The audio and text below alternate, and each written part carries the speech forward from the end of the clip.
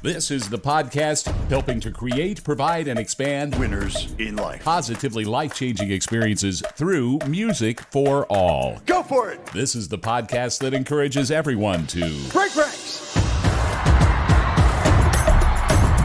Welcome to Break Ranks, the official podcast of the Bands of America Marching Band Championships. I'm Dan Potter, one of the stadium announcers and a media personality for Bands of America and Music for All.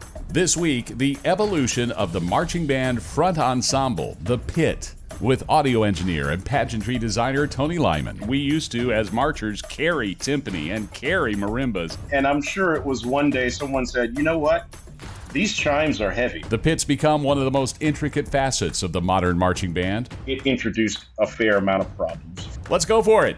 Break Ranks. Bands of America congratulates 4 first-time regional champions this week. Let's start in the heart of the country with the Des Moines Regional Championship. Rosemount High School of Minnesota swept all captions in finals to become our Des Moines Regional Champion, with Lincoln High School of South Dakota second and Nebraska's Bellevue West in third during finals. It's worth noting that Class A Des Moines champion Pella High School finished 6th in finals. Pella has one of the largest and best Class 1A bands you'll ever see. There are about 600 kids in the whole school, grades 10 through 12, and a third of that Pella student body is in the band, 200 students. Well done, Pella.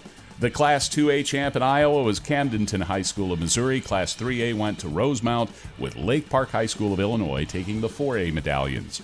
The other 3 regionals this weekend were all in Texas. Let's start deep in the Rio Grande Valley at the McAllen Regional. And in first place, with a score of 83.00, the 2023 Bands of America South Texas Regional Champion, the Roma High School Marching Band from Roma, Texas. Alex Quintero making the winning call in McAllen. Roma High School, a Class 2A school, taking the music and general effect captions to win it all. Piper High School, a close second, with John B. Alexander High third. Port Isabel High School was the 1A champ. Roma 2A, 3A went to Piper, and United High School is your McAllen 4A champ. From McAllen, we head northeast to Shenandoah, Texas, north of Houston. In first place, with a score of 81.0, the 2023 Bands of America North Houston Regional Champion, the Cy-Fair High School Marching Band from Cypress, Texas. The voice of BOA, Chuck Henson, on the mic at Woodforest Bank Stadium. Cy-Fair High School, has always been a strong performer at BOA shows and a perennial regional finalist. But as you can tell by their excited fans there, this was also Cy-Fair's very first time to be crowned a regional champion. Clearbrook High School took silver in the North Houston Regional, with Klein Oak High School in third. There were no 1A or 2A schools at this show. Clearbrook was the 3A champ, Klein Oak 4A. And to paraphrase an old saying from the Lone Star State, the sun is riz, the sun is set, and we ain't out of Texas yet. And in first place with a score of 80.45, 80.45, the 2023 Bands of America West Texas Regional Champion, the Braswell High School Marching Band from Aubrey, Texas. That's me announcing the results of the West Texas Regional Championship in Midland Saturday night.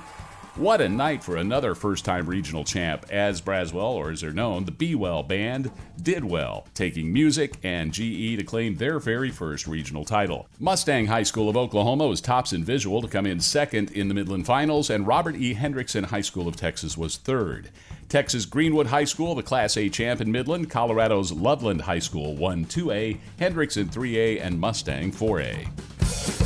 Speaking of Mustang, I caught up with their director, Ryan Edgman, Sunday morning after the show.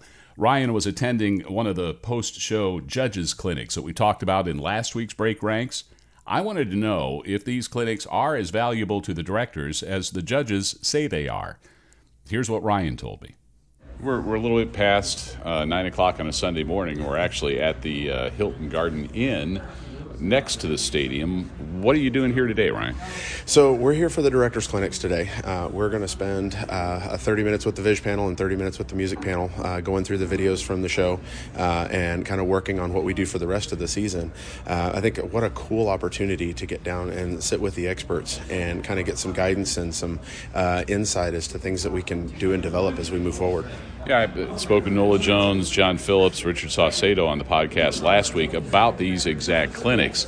And one of them, I think it may have been John Phillips, said, I know a band director who's told me we have 2 seasons, before the clinic and after the clinic. Does that sound about right?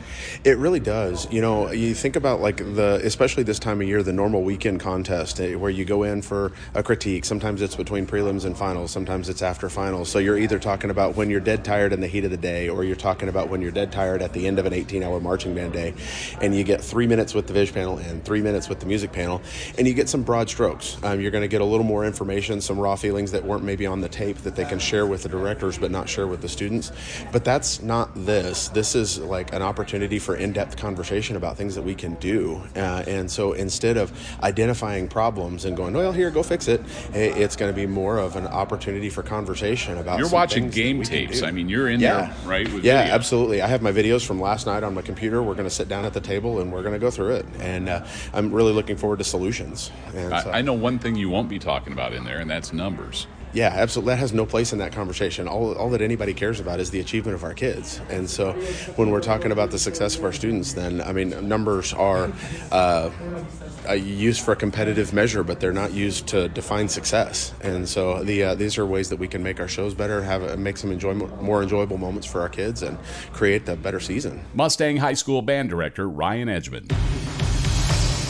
After taking some of the mystery out of the BOA judging process last week, I thought we might demystify another sometimes confusing aspect of our activity this week.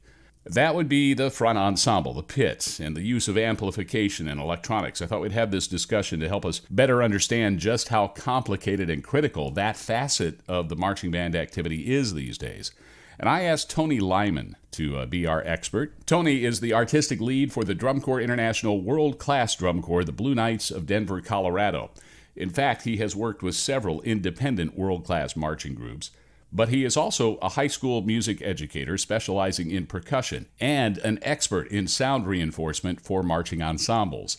I asked Tony Lymon to give us a short history of the evolution of the pit. The front ensemble was introduced as a logical progression from carrying those large instruments in the 60s and 70s, and after Many a people while, may not believe that we used to, as marchers, carry timpani and carry marimbas. and I'm sure it was one day someone said, you know what, these chimes are heavy, could we put them on the sideline? So there was some experimentation of putting them on the sidelines in the 80s, and all of a sudden that opened up orchestration of what you could have, since the students are having to wear them and march with them. And that opened up a palette of depth of design, of musicality and orchestration throughout the pageantry activity. But there was a problem. Those instruments are very difficult to be heard, especially the keyboard instruments. And that's where I come into the scene, because I marched, or sort of marched. I was in the front ensemble at Star of Indiana from 91 to 93. And if you are familiar with the horn line at Star of Indiana back in those days, they were one of the loudest things ever. So in efforts for the front ensembles to be heard, we had to employ some techniques that were not concert-like, I guess I would say, where we would really have to play the Hammer the instruments instrument. as hard as we could. Exactly. So that took away some of the musicality. It took away some of the orchestrational choices that you would have available, just because of the sheer volume of brass and battery percussion. Well, with the advent of technology becoming more advanced around the 2000s, people were like, well, what if we mic'd the keyboards? And lo and behold, you can use the techniques that you would use in a concert hall to play keyboard instruments more sensibly. And from there, you have a larger palette of dynamic range, textures, depth. All of these things started to open up as a result of amplification. But it as much it opened that up, it introduced a fair amount of problems, from you know isolating what you mic, budgets, all of these things. And with every movement where pageantry changes, there are people that think that it's not necessarily in agreement with what it's supposed to be. and you're always going to fight that battle whenever there's change. There are people who think we should still be all acoustic. Is that what you're saying? hmm But when we're Yeah. working with an activity that's predicated upon pushing the envelope, this is to be expected, and you're always going to have that division whenever a new element is introduced, and there's a departure from something that we have grown to know as familiar. In the drum corps idiom, in the world class corps that you work with, these are big budget operations, and when you start talking about high school bands, man, all of this audio equipment, it can be pretty expensive.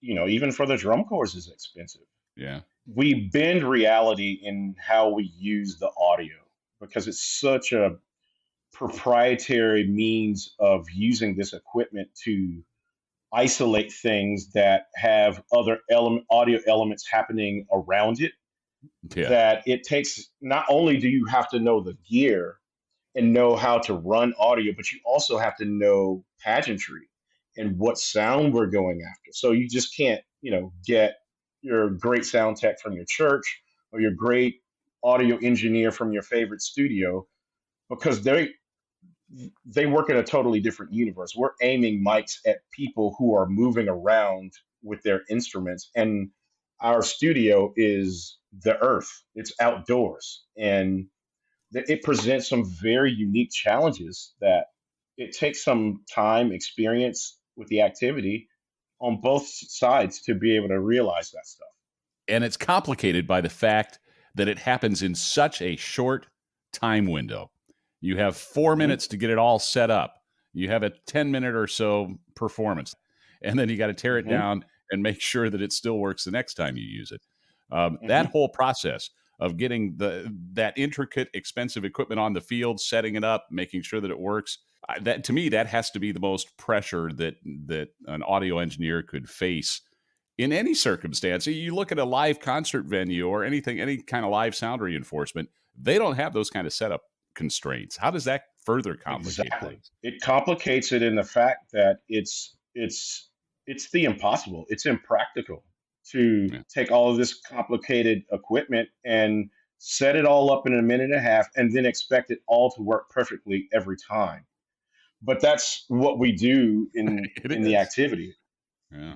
We start at impossible and we work our way back. I feel like so. But you also have to look at it to make those systems be that fail safe and be able to work every time. It costs more money to do it.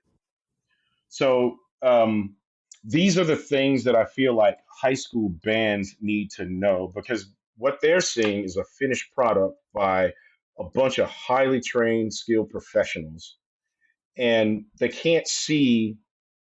There's always that you can't see the iceberg that's underneath the water Yeah. of how those things got there. And so they go, oh, well, this is what everybody's doing, so I need to do that. But I encourage everyone to proceed with caution and consult professionals who have done this before so they can give you the full spectrum of what you're getting yourself into, because the don't know what you don't know factor really comes in and catches you in a moment that you don't want it to catch you. How do you find that person, Tony? Well, everyone knows someone, and I think it starts with, finding the group that inspired you that did it. And, the things that I've learned is sending an email. Hey, I'm trying to do this. And I haven't met anybody in the activity worth their salt that won't try to help someone else. Yeah. I would start there. Who's doing the thing that inspired you to do it? See how close you can get to that person or someone similar to that person. There is a great Facebook group called Marching Arts Audio Discussion that I would encourage, if you are that band director looking for help with amplification in your ensemble, that would be a great place to start. And there are a lot of great men and women who hang out there and would be happy to help you and maybe steer you in the direction of somebody who can help you in person. Does amplification, does audio mixing, and all of those intricacies that go along with it, does that affect the competition, Tony? Does it affect the final score in any way, do you think? I think it does. And I think it's the only element of the entire marching band that can have the biggest effect on how the group sounds immediately. Hmm. Because you could have worked all day on getting everything just perfect, and if the audio is bad or if it's not working properly, you won't be able to hear that as you practiced. And that can come from user error. It can come from a mishap that happened in the parking lot where a cable got snapped or whatever, and all of a sudden the balance is off. Personally personally had an issue with my high school group where a stadium that we had performed in for 10 years all of a sudden got wireless equipment for their football games. And I didn't know that. And I never had to scan for any frequencies or anything. And all of a sudden, the awesome brass ensemble that we had worked all season on started coming through these tiny little speakers from the scoreboard. And I couldn't mute it because it was Oh, just coming wow. through that. Oh, And uh, oh, and I run up to the press box and I'm like knocking on the window, and the judges are looking at me. And it was at that moment I went, wait a minute, there is nothing I can do. There's no world where I can oh, communicate what is happening right now, much less get anyone to do something about it. So it gets complicated even for the professionals really fast. yeah. And I would encourage everyone to really educate yourself. Go to the marching arts audio page. Everyone that I know who is doing this at the highest level is in that on that page. And for example, Ian Grom, who's worked with Chino Hills, Pulse, Blue Star, like the whole, one of the best in the business. He'll write a 2-page paragraph responding to someone in nowhere America, because he wants to see that everyone has access to this knowledge, because this isn't a zero sum game. We want everybody to succeed. Hmm. Bands of America recently put out a philosophy statement regarding amplification in electronics. What were some of the points made in that, and why did BOA and Music for All find it necessary to put out that statement? It was all under the auspices of integrity in using all of this. Obviously, we this when we're in a competitive season, it's about a contest of skills and it's about education first and foremost. But there are adults involved in this because of the intricate audio things, and there's a way you can misrepresent the sound of your band by enhancing some things. I don't know that this is a proliferated technique, but it has to be said that, for example, if I individually mic some of my members on the field, and then I mix that sound with the overall ensemble, is that an accurate depiction of what my band sounds like? What you're saying is a band director is picking out maybe the best player in each section of the band and amplifying them over the rest of the ensemble in hopes of making them sound better. Is that what I'm hearing you say? Exactly. Yeah. And so then we get into a question of ethics. Is that ethical? Are we getting, if it's a contest of skills and I'm misrepresenting the skill sets of my band, is are we comparing the same things? Hmm. That's the competitive side of it. The educational side of it is, if I'm miking my best players and they're making my band sound better, what does that do for the confidence of my other players, and what is it going to do for my motivation to educate them to get to the level of the better players? So those are the concerns intrinsically with how you can enhance this stuff. And the conversation needed to be had. And I think Music for All is first and foremost implementing those things to kind of bring awareness to that so you can make an informed decision of not making those choices. Going back to the expense of all of this, both in terms of equipment and manpower, what can a low budget band director do? Give them some advice for amplification on a shoestring budget. Well, I feel like they need to listen. And I always speak to listening with your band director ears, because the audio is a supplement. It's a tool to realize that sound that you're trying to get on the field. It's reinforcement by the nature of its name. So I encourage you to listen to the band sound and ask yourself what's missing, what is not present, and that's going to kind of inform you of where you should begin with your amplification. I would think the first place you're going to look at is the mallet keyboards, especially the marimbas. They are the hardest thing to project over the aggregate band sound. So keyboard miking, I feel like is where you start, and you're looking at mics, mic cables, speakers, a mixer, And an and amplifier. that's a Yeah.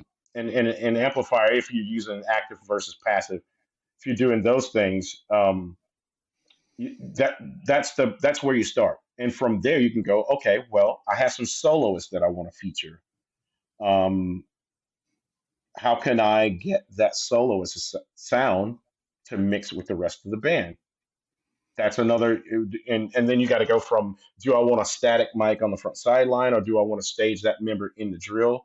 That's when you get to the wireless versus wired mics, I would say, for that.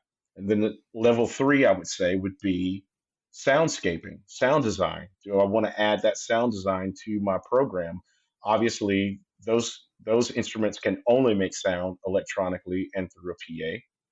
And then the fourth one, which is the most dangerous one, is the field miking, meaning that you're going to put mics up and amplify the entire band. That is the advanced no fly zone, I would say, for novices, even through intermediate. That one mistake can ruin everything you've ever done throughout the week with your band. Some great words of wisdom from pageantry arts designer, percussionist, and audio engineer Tony Lymon. Well, it's officially Bandtober, and the Bands of America Regional Championships shift into a higher gear with now five regionals this weekend. Bedford, Texas, Katy, Texas, Toledo, Ohio, Flagstaff, Arizona, and Memphis, Tennessee. If you can't be at any of those five, you can watch them all at boalive.tv, powered by Box 5 Media. I'll be in my old home stomping grounds in Bedford, Texas, at storied Pennington Field, where you can see the hospital my son was born in from the press box. It's going to be a real homecoming for me. Can't wait to tell you all about it next week. Until then, go for it. Break ranks.